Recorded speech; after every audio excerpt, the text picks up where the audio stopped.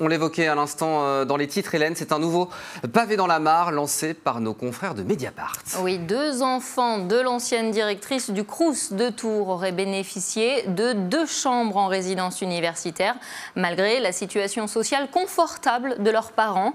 Un avantage indu qui révolte les étudiants aux faibles revenus. Florent Clavel a tenté d'en savoir plus. Regardez.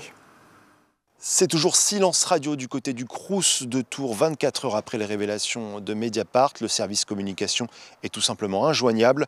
Ce que l'on sait en revanche, c'est que les 2 enfants de l'ancienne directrice du Crous de Tours ont dû quitter leur logement ce matin, logement dont ils profitaient depuis cette rentrée.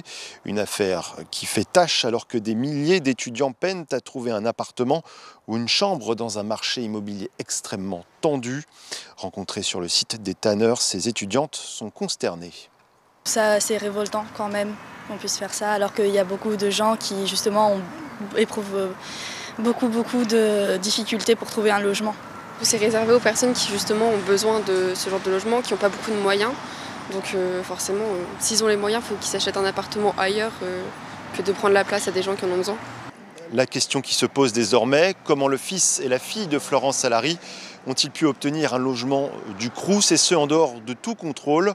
On rappelle que ces logements sont normalement réservés aux étudiants dont les parents ont de faibles revenus, ce qui n'est pas le cas de Florence Salary et son mari.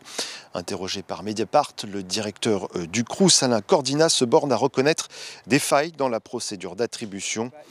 En revanche, le représentant du CET, le syndicat étudiant tourangeau, lui n'est pas totalement surpris par ces révélations.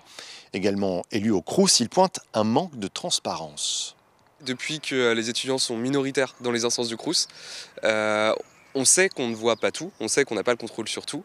Et notamment à Tours, on n'a pas forcément une relation de bonne entente avec tous les administratifs, notamment avec le directeur du Crous. Directrice de 2019 à juin 2023, Florence Salary est aujourd'hui secrétaire générale aux services départementaux de l'éducation nationale.